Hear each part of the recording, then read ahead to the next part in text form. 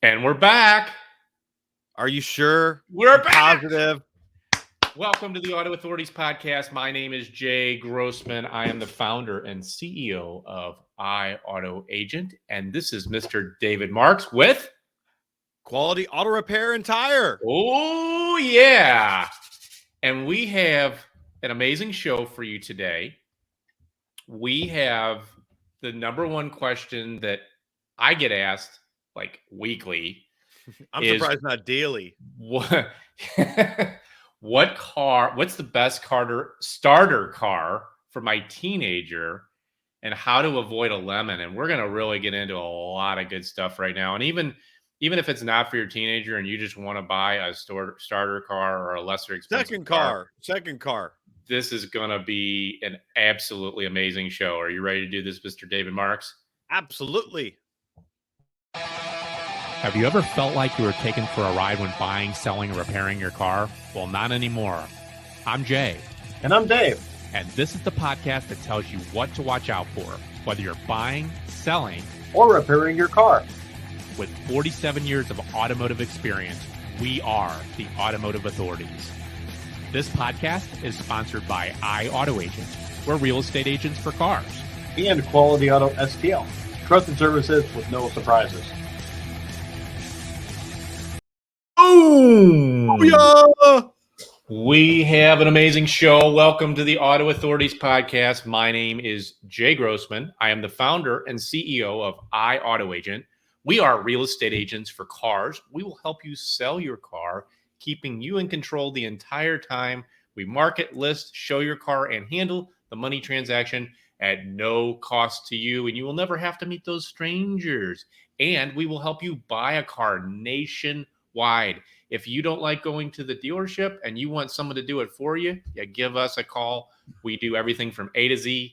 We keep you in control the whole time. We do all the heavy lifting, and you don't have to move forward until you approve the deal. And this is Mr. David Marks with Quality Auto Repair and Tire. I got to get that right. It's all good. Trusted services with no surprises, the best in the business, folks.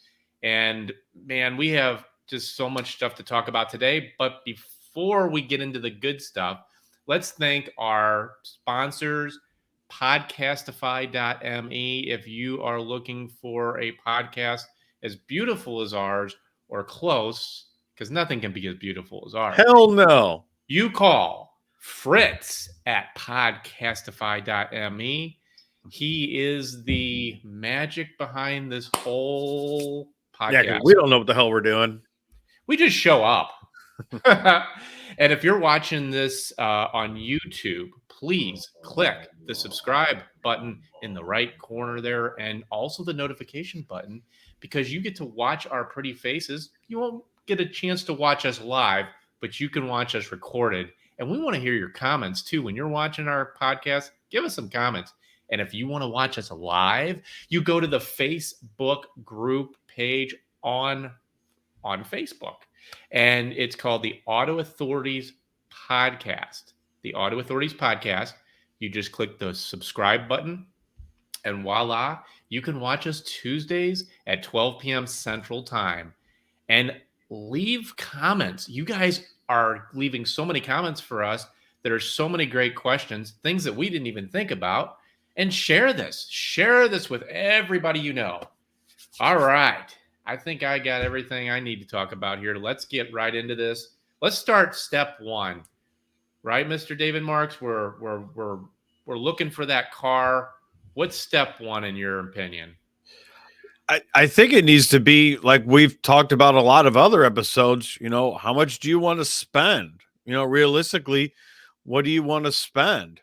What's a budget? Is it, 3,000, 5,000, 6,000, 10,000, and B, how much money do you want to spend?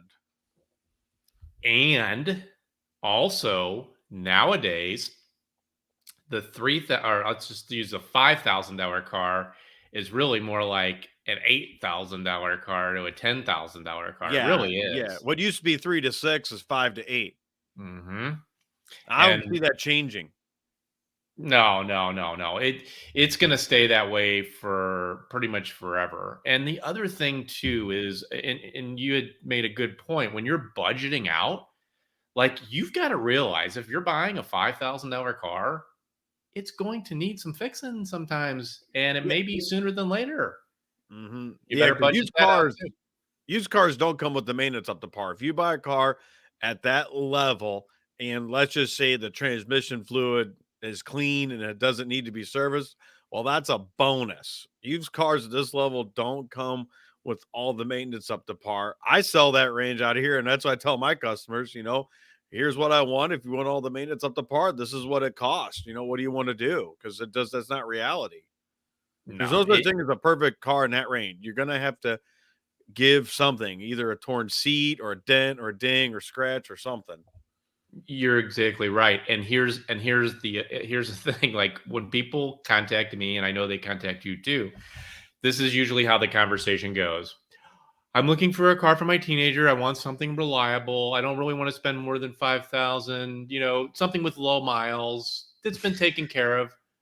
Okay, you don't want a $5,000 car. Period. I mean, that's the truth. And then once you figure out, okay, this is my budget, what do you think the next step is? I would, reach out to friends and family, see if somebody happens to know, grandma that had a older car that hardly drove that's looking to get rid of. I mean, reach out to your trusted network to see if you could find something. And then I would also, ask the repair facility that you use, what would they advise you to buy? I mean, we know everything breaks. We get that. Everything breaks. But some are known for breaking more than others. So I get people to ask me like, "Hey, what would you if you were looking for a car for your kid, Dave, what would you go out and look for?"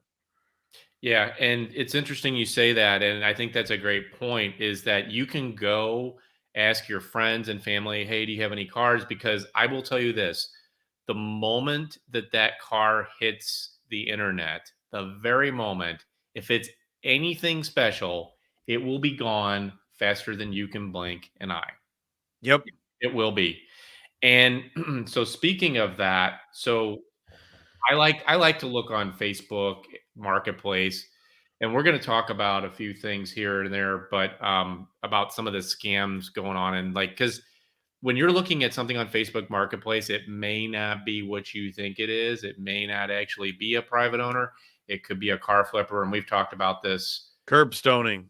Yes, we've talked about that tremendously. Now, the other thing that I like to look at, especially when you're putting your kid in a car, number one is safety. And Yeah.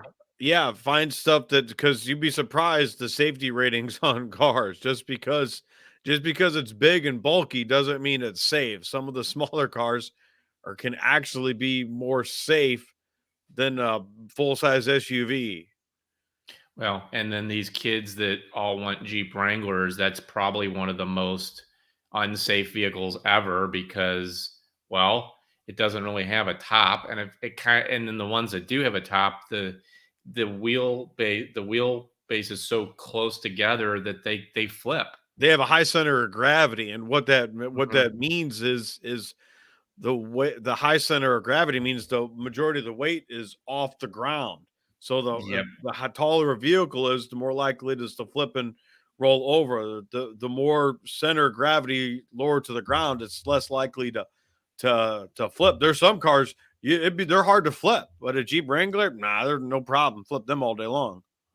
Yeah, and the National Highway Traffic Safety Association is probably the best place to look for crash test ratings, and Isn't you're there not. like an insurance institution or something, some other There's entity? several of them. I mean, Like, with Google now, you just well, Google no, I safety. agree with the National Highway Traffic and Safety It's like insurance institution, or it's like highway. It's damn, it's on the tip of my tongue. I can't think of it, but they do crash ratings for insurance companies. Yeah, it's really these are the first steps. So once you have your budget, you got to figure also if you're going to pay cash or you're going to finance. Now, if you're looking for a $5,000 car, I'm hoping you're paying cash. Yeah, good luck getting that financed. Yeah, it's not. You know who will finance that is Honest Abe. Yeah, right. Honest Abe will. Honest Abe will finance that all day long. That's what they want to do. They want to finance that $5,000 car. They don't want somebody paying cash for it. Well, we're going to get into the cars to avoid and the cars that we like. But before we do that, you had brought up insurance. Once you figure out your budget and you're thinking about the car you're looking at, and we're going to talk about some of our recommendations and some of the ones we don't recommend, call your insurance agent. Give them a VIN on just a vehicle that you like. It doesn't have to be the one that you're going to buy, and VIN stands for vehicle identification number. That is on the vehicle. It identifies the vehicle, and it will let you know at least what you're in for. Because if your kid's like, oh man, I want a Mustang GT, and they're 16 years old, you may have a little bit of an issue. Yeah, I just saw something. Dave's going to have story time. It's my turn to have story time. And it involves this particular topic with my technician and buying a car for his kid. And he found out the hard way with insurance. So your technician's name's not Bobby, is it? No, it's not. I was just curious. I don't think Bobby's got any kids. Yeah, Bobby doesn't have any brain cells either. So I'm glad that isn't the person. I wouldn't think you would hire Bobby. No. So. Well, and never mind. I was going to go down a rant. Well, let's talk about stories here in a second, but let's really get into the cars to buy and the cars to stay away from. I want to hear your list first because you're seeing these all day long. You talk about list to buy or list not to buy? To buy first. To buy, well, I like the list that we have here. I'm a big fan of Kia Hyundai. I would start with one of those. I think that on the used car market, Toyotas and Hondas are overvalued and overpriced. You're paying for a reputation I don't think they deserve, and I think a lot of other people in this business would agree with me on that. They're not worth it. They break too, just like everything else. But I look at Ford. I'm a big fan of Ford. I mean, that would be it right there. I don't know now were we talking about cars or SUVs or compact or anything? I would pretty much anything, but you got to realize if someone's only going to spend $5,000 on a car, they're not getting an SUV. They're not getting a Jeep. No, they're not getting any of those. It's going to have a ton of miles on it. Yeah, exactly. And I'm on the same page as you. Like, I've really been a big fan of Kia Hyundai too, because like Honda and Toyota do have a really like that mindset that, oh my gosh, this car will last forever. No, they break too. Yeah, and why pay a premium for a vehicle when you know that it's going to break eventually, and that's why you're in business? Is that correct? Yeah, that's why there's repair shops everywhere. That's why every dealership has an army of people, an army in the service department, because they break when they're brand new. And they're beautiful. Sometimes they break more when they're new than when they got 100K on them. Yep. So you like Kia, Hyundai. So what are some of the vehicles you think to avoid? Anything European right off the bat, unless you got disposable income or you got like a brother that works at the Audi dealership that will fix it for nothing. Well, but here's the bottom line, though, is the parts are more expensive on European cars, too. Oh, absolutely. So, yeah, that's why you got to, if you're going to buy a European car for your kid, make sure you got you got a brother or an uncle that works at a dealership that can get a discount on parts and that knows how to fix it. I go back to this, when people are asking, they call iAutoAgent and they're talking to our agents. And basically they're like, well, what kind of car should we buy? And then sometimes they already know what kind of car they want to buy. Typically, we're not working with people that want $5,000 cars because the expectations are not what a real $5,000 car should be. But then you have what you call price and you have cost. And price is what you pay for the car. and the cost is what you really pay for the car. And that's why when we were talking about budgets and we're giving you that step-by-step process on how to buy that teenager car, it's so important to make sure that you are going through this process step by step, because if you skip any of these steps, it could wind up costing you. I mean, when I go look, if I'm, let's say, I buy and sell too, this is what I like to sell. If I'm looking to buy something to fix and flip, I go through the same process. I mean, the exact same process. I have a cheat sheet that's got 20 things that I inspect before I buy it to resell. I go through the exact same process to sell mainly to my customers. We'll definitely hold on to that thought because we want to know what your process is. But real quick, if you're just joining us, welcome to the Auto Authorities Podcast. We are talking about the best starter car for teenagers and how do you avoid finding a lemon. Like, listen to what we have to say today, because this is something, even if you don't need it now, you're going to need it at some time. And make comments below. We'd like to hear your thoughts. What are some of your horror stories? We love I got plenty of those. I've had people that have bought stuff and then they bring it in here and, well, what'd you pay for this? Well, just add $2,000 to it. Is it time for story time, or can we go into the next piece? Well, no, we'll go story time a little bit. So a couple other brands that I would have mentioned that I would avoid is anything with Chrysler attached to it. Chrysler, Dodge, Jeep, Ram. I would not buy one of those. Well, okay, maybe I should tell people to buy those because that's what's going to keep me in business. Oh boy, ooh, that's a little rough. I would not. And another one that I would put an asterisk by is Nissans. They're known for their CVT transmissions, but I'm gonna throw an asterisk out here. Is what we service, at least in my experience in my shop, is we put transmissions in. We put 3 to 5 in a year, but not much else past that. We do what I would consider normal wear and tear. Tires, oil changes, brakes, spark plugs, stuff like that, just basic maintenance. But outside of that, we do that in transmissions. So, would I say yes to a Nissan? No. Would I say no to a Nissan? Yes. It kind of goes back and forth. I would think if you're looking at one of those, you definitely want to call the dealership and say, hey, was it because here's a golden nugget for everybody. And we're going to use Nissan transmissions as an example. So let's say a customer brings me a car. So if you're looking at a Nissan, you can call the Nissan parts department, give them the VIN number, and they can look and see if a transmission was sold to that VIN number for that Nissan.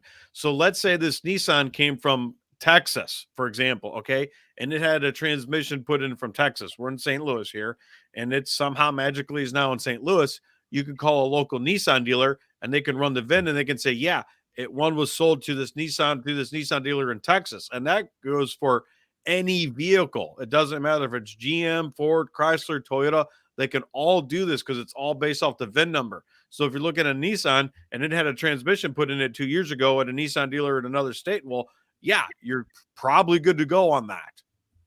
That's interesting. So that's been my experience too, is when Dave is talking about CVT transmissions, it's a type of transmission that is different than a typical transmission. And basically, in a nutshell, they've had numerous issues with them, and they're very, very, very, very expensive when they break. And if I understand correctly, you cannot replace a CVT transmission. You can't rebuild them. We just buy new ones from Nissan and put them in. And that's a great golden nugget, because when you're looking at that vehicle, and let's say, if it's a $5,000 car, it's going to have 150, 160,000 miles, if not more. And if that's the original transmission, you could be looking into a potential. Yeah, but let's say it had one put in at 120,000 or 110, and it's got 150 on it. Well, sweet, because we typically replace them between 80 and 100K is what we're seeing on typically when we put them in. But that goes for anything, and I tell you what, Jay, there's something else I thought about. Mhm. is take the VIN number, put it into the National Highway Traffic Safety Administration's website, and you can see if there's any open recalls on it as well. Yeah, I mean, there's a lot of open recalls because people are just getting sued left and right. So that if anything happens, Well, yeah. it's dependent on the person that owns the car to take it to the dealer to get it Well, done. right, Well, if right. they never done that, well, then that's not the manufacturer's problem if the vehicle isn't presented for service.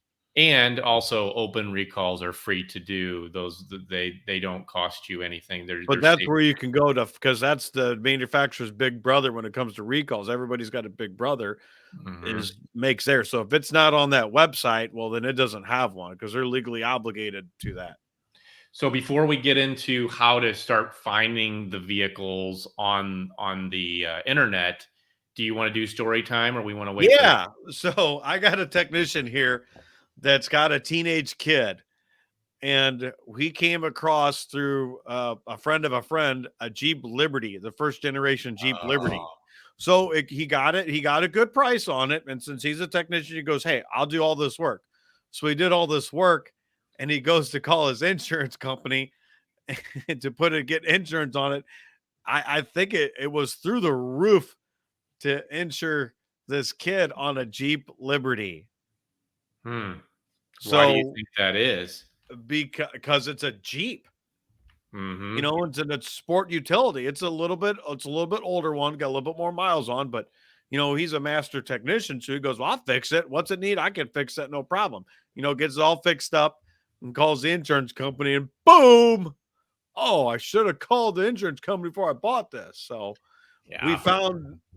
through another friend of our connection here, we found his kid a Kia Spectra, which is Ooh. insurance is more reasonable, and he'll sell the Jeep and it'll work out. But yeah, that's a perfect good example of don't buy anything Jeep attached to. It's going to have high insurance for a 16-year-old. When I hear parents, they told me avoid red and two doors. Yeah, that's bullshit. That's all bullshit. But let's do this. I want to talk about vetting the dealerships. This is important, or private owners. And really, when people are coming to us, and we very rarely have a $5,000 car, I always tell them go to a private owner. Because if the dealership is selling something for $5,000, that means they bought it for $1,500 or less, and that's not good. So you want to go to a private owner, but let's really talk about that a little bit. When you're looking at Facebook Marketplace, and I hit on this before, this is really important, and this is a golden nugget. When you're looking at Facebook Marketplace, look at the person who is selling the vehicle and look to see if they have any other vehicles that they are selling.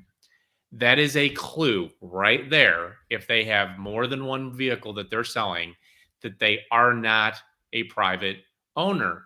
And if they're lying about that, what else are they lying about? Yeah, because a private owner is just going to have one. Hmm. And when you're looking at the photos, and I'm going to give you some really great things, because this is how we teach our agents too, because we look for vehicles that are being listed online to talk to the private owner to see if they want to sell their vehicle through iAuto Agent and not deal with the hassle of selling it on their own. So if you look at the picture and you see in the background, you actually see a car dealership, chances are you're not working with a private owner. No. Here's another one. I'm gonna keep rattling them off. So when you're looking at the vehicle and you see on the back of the vehicle on the license plate, it says D and it has some numbers, that means it is a dealer posing as a private owner. I'm going to give you another one.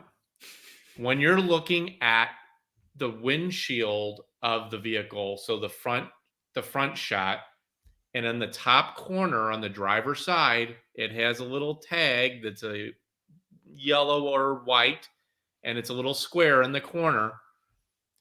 It means it's a dealer. And I'm going to keep throwing them out to you, so keep taking notes. So when you're looking inside the vehicle and you look at the key tag, because a lot of times they'll take a picture of the dashboard with the key in the ignition, with that little key tag hanging down. Not all the time, because some people still keep their key tags on their car from the original car they bought, but chances are it's a dealer. And those are some tremendous, tremendous pieces of advice that I can give you from almost 26 years of doing this. Is I would really avoid working with the dealership, work with a private owner, and really look to see if they're really a private owner. And if you're looking at a car, I'll give you just a quick story, because we have a little bit of time here. We're going to have another part to this. We got a lot more to talk about. So when I was on Facebook Marketplace today, because I always like to look at Facebook Marketplace just to see if I can find things. Craigslist is another one. Facebook Marketplace has actually turned out to be more scammy than Craigslist, because Craigslist now costs $5 to post an ad, and it's not that much, but it requires a credit card. And if you have a scammer, a lot of times they're not going to want to use a credit card to pay. No, because that's attached to them. That's highly traceable. And that keeps out the riffraff. Now let's look at Facebook Marketplace. So I'm looking, I saw a 2004 Toyota Tacoma, absolutely in beautiful shape, a little over 100,000 miles for $1,000. Is that the down payment, or is that what they wanted?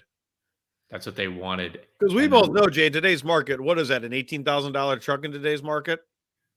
Not in an 04. No. It's probably worth 10 or 12. Probably 12 grand still. Yeah. Well, it's Toyota, and Toyota Tacoma owns the midsize truck segment. But here's another golden nugget for you in the background. If the price wasn't, enough of a red flag, there were palm trees in the background. So, you need to be looking for those things. And this is just part one of our, like walking you down the road on how to find the best starter car for your teenager, and just avoiding lemons and avoiding these scams. If you are looking at a dealership, though, for example, make sure that you look at the Google reviews. This is really, really important, especially now. I do say avoid what I call these Honest Abe dealers. And the Honest Abe dealers are the ones that have, 5 to 10 cars on the lot. It's usually a rock lot. It has like a little tiny little building. It might even have those little flags that look like, the old streamers. Yeah, the streamers.